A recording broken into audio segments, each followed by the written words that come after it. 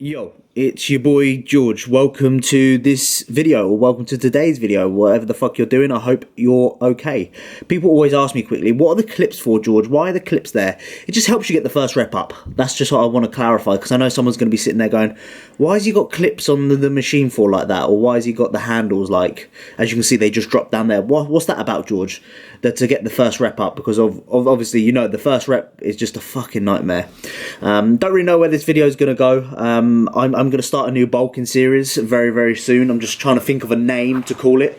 So if anyone's got any suggestions down below, you know, Fat Boy George or Child to Man, I don't know what you want to fucking call it. If you've got any ideas or anything like that, then of course, feel free to let me know. So I have some questions which I get asked on Instagram, which I'm going to go through. I think answering some questions instead of me just chatting a load of waffle. I just want to provide a little bit of a benefit for these videos instead of me just, pretending like I know. I've no idea where I'm going there. Fuck's sake. So question number one. Tips to ensure a successful bulk. So again, what we need to remember is the goal is to stay in a calorie surplus for as long as you can. I see too many people, what they do is they come out of their diet phase, they gain a drastic amount of body weight in a short period of time. Let's say, 10 kilos in 6 weeks. You've ruined your surplus, you've ruined your off-season, you've ruined your bulking phase.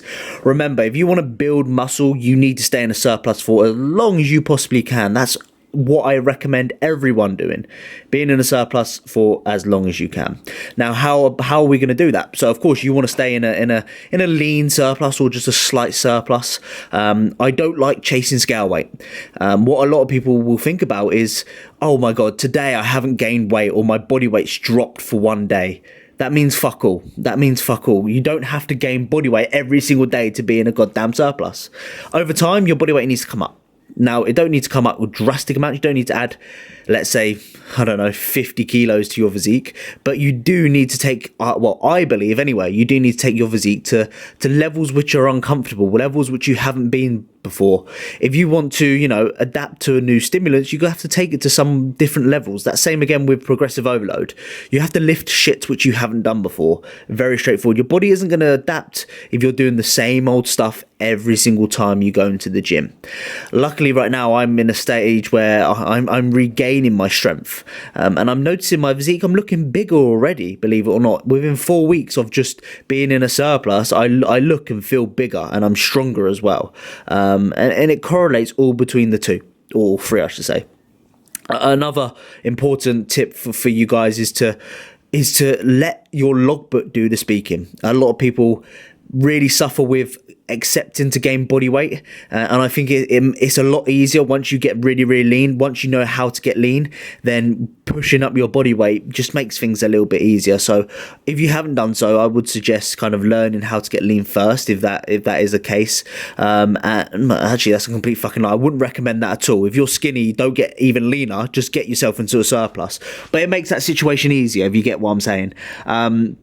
And of course, let your logbook do the speaking. If you are the strongest version of yourself, you will see a difference. You need to do that for a long period of time. Now, you're not going to notice the differences in, let's say, 3 weeks, 4 weeks, 5 weeks. Of course, you're fucking not. Muscle doesn't grow that quickly.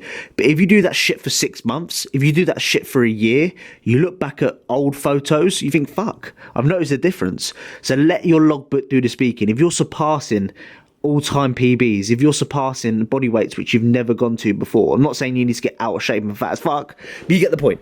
So those are my advice and tips.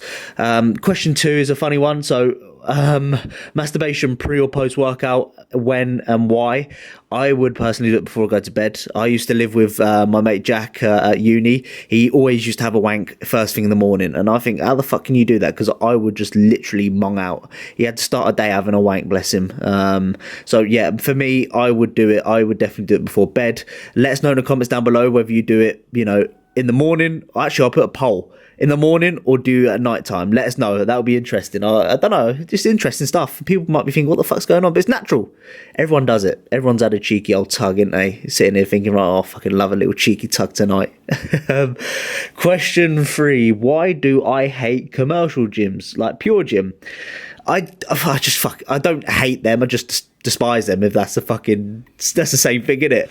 I just think, I mean, don't get me wrong, there are benefits to them, like they're 24 hours, they do the job. You know, if you're a busy individual, it just does the job. You can still make progress in pure gyms. I don't give a fuck what anyone says. There's 90% of people are bigger than me in pure gyms and they train and get results. I just don't like the atmosphere. I don't like the people in there. No offense to people that train in commercial gyms, of course, but you see, we all go in there and we just see just awful form. Like, you know, when you see someone doing terrible form, I think, where the fuck did you get that from? Like, where have you seen that and think that is right? You know, that type of kind of person. It's just the music. Like, every time I go into pure gym, the music is the fucking same. Like, I listened to that music 4 years ago, mate. Have you got anything new on the fucking playlist, sort of thing? And it's just the atmosphere. Like, if you scream and shout, which of course we know that I like doing, people just stare at you like, what the fuck's going on? And I just can't stand it. And you'll make zero gains. I'm not joking. You definitely will make gains. Each to their own at the end of the day. But that's my opinion on them. I would happily spend an extra £20 a month for better facilities, better environment, etc. But that's me. Don't have a go at me. Don't dislike the video for having a fucking opinion. But this was a really good session, by the way. Numbers beaten again. Hopefully you've seen a few moves like the D handle stuff, which you might incorporate. That's something which I'd recommend. I hope that you enjoy the rest of this video. No idea where it's going. Session done. You know what I'm gonna say already. Shit session. No, I'm only joking. Good session. Actually, probably one of my best I've had this whole entire off season. Although it's only been 3 weeks, feels like it's been longer now. Best session I've had. I've just improved numbers today. Like, I didn't think I could add 5 kilos onto particular movements. I've done some particular movements today which I've never done that weight before, and that's what you need to do when you're in your surplus. You need to be lifting weights which you haven't done before. Each and every time you get in a calorie surplus, lift weights that scare you, lift weights that you actually sit there and debate whether you're capable of doing, and lift, most importantly, do the damn fucking weight for numerous amounts of repetitions. And my friends, you do that for 6 months, you look back and think, fuck, I've gained 40 kilos on my hack squat, how have I done that? You do that for 6 months straight, bam. I promise you, you would have gained some sort of muscle. And if you haven't, come back to me. I'm very confident. I'm very, very confident. I know I'm waffling here. I know I'm at a roundabout and I'm trying to concentrate, but I'm very confident you'll be able to progress your physique. As usual, good session, driving home, waffling, chatting shit. Went into Marks and Spencer's and got myself some stir-fry mix, some rice noodles. They had some beef stir-fry, little like slices they've cut up. And I also got some veg, I got some rice noodles. So I'm very much excited to eat that later on. But for now, we drive home, we listen to the radio, listen to about the football. Probably I'm zooming in there. And yeah, remember, lift fucking weights you've never done before and you'll progress your physique. I don't care what any cunt says. Do that for a period of time. Don't do no mini cuts, don't do no dieting phases. Do that and you'll see your physique change. Nut is in the game.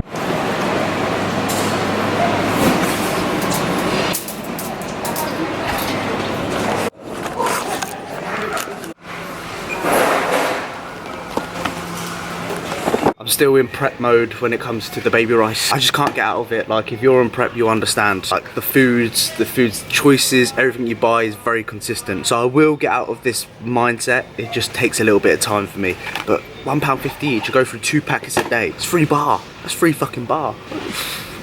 I should buy the cheaper stuff. I know you're gonna tell me in the comments, buy the cheaper stuff. I know. You think I fucking know that? I just need to get out of my fucking stupid ugly nut. Check out these bad boys. The new Pringles Peri Peri Chicken. Ooh, I love my Pringles as well. It's like having a Pepe's, but Pringle style. I'll save it, Fucking hell. Pigs in blanket, crisps. Dear Lord. How the fuck are they, what are they gonna taste like? Fucking, how can crisps taste like pigs in blankets? Right, you got desserts. You got a fucking, look, roast dinner here. Fucking hell. Jesus, what's it all coming to? Oh, you're right. Can I get a light frappuccino, a decaf light frappuccino with... A decaf light frappuccino, is that medium or large? Can I get a large with almond milk, or almond milk? With almond milk, and 2 shots of sugar-free vanilla, please. Yeah. And can I get a chocolate chunk cookie please, as well? So apart from the cookie, was there anything else? That's it, thank you. Can you just make sure that the cookie's the best one you've got? Definitely. Thank you. Chocolate. Nice one, thank you. Thank you. Cheers. Always got to ask for the fucking best. She kept interrupting me as well. Like, just let me finish what I order before you start interrupting me. Fucking hell. I hate when people do that. You know when you... Oh, I'm guilty of that myself with the missus, but you know when someone... You're trying to finish a sentence, but someone just interrupts you thinking, bro, you don't even know what I'm going to say yet. Give me fucking time. But what better way to start off the day with Starbucks. Beautiful. Hi. Are you alright? I'm good, thank you. How are you? I'm good, thank you. It's 5:54. Thanks a lot. Thank you. Have a good day. Cheers. One thing I always do, this is a weird little story I'm going to tell you about, is I used to work in Tesco's on the tills. I really used to appreciate when someone used to tell me like, have a good day, they were really polite. I used to fucking hate when people used to come to the till and they used to be so miserable. They used to really fucking just be negative and not talk to you. Really would affect my day. But when someone told me have a good day or you okay, and I just, you know, generally be polite, it made me feel so good. Like, it just made me feel so much more positive afterwards.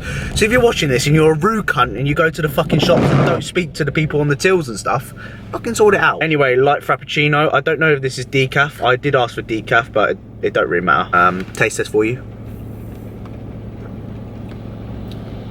Damn. It never fails. 2 shots of sugar-free vanilla. Light frappuccino, 2 shots of sugar-free vanilla with almond milk. Peng. Get large, because if you want to be big like me, you get large. And I'm not in gear. It's very good, by the way, very good. So I asked the woman at Starbucks to give me your best chocolate chip cookie you've got there. And of course I haven't opened it yet, so let's find out whether normally they chat shit and they just give you some dirty kind of mangy one because you're at the drive-thru, whereas when you're in the store you can actually look at exactly, you know, the options. You go, can I have that one please? So let's hope she's got a good eye on her. I'm not even gonna look, I'm just gonna show the camera. Oh, fucking hell. she done well. Damn. Let's have a little taste test of this then. Oh, damn. It's so soft, it just falls apart. Oh, I should put it in the microwave and warm it up for a little bit, but fuck that. Oh, this is good.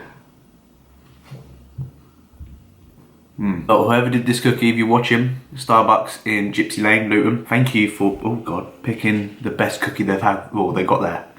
I really appreciate that. Damn. Oh look, it's falling apart. As many of you guys know, I do dye my beard.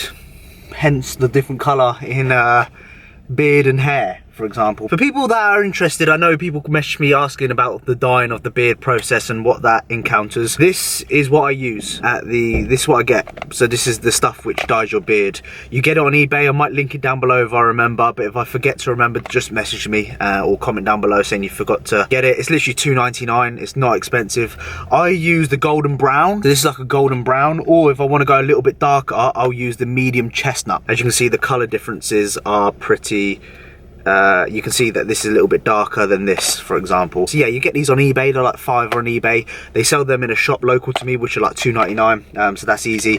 But yeah, for any of you that give a fuck, that's what I use. Transformation in 3, 2, 1. Fucking finger up myself. Voila.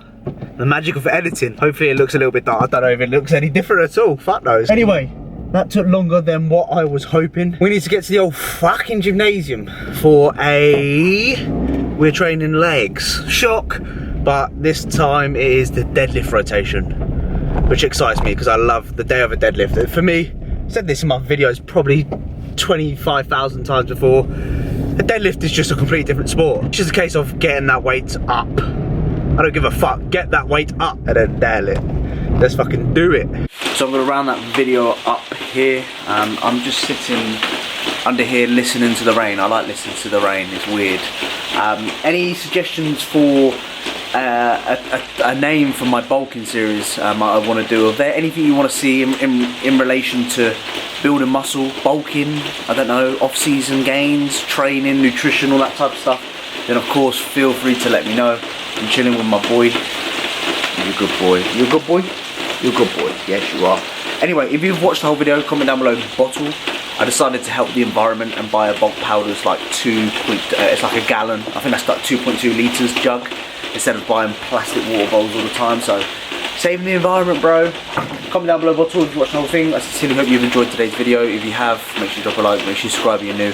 I'll see you guys in the next one. I'm thinking about doing a food shop video for a successful bulk on a budget, maybe. I don't know, fuck knows. Let us know. Anyway, see you in a bit. Love you, bye.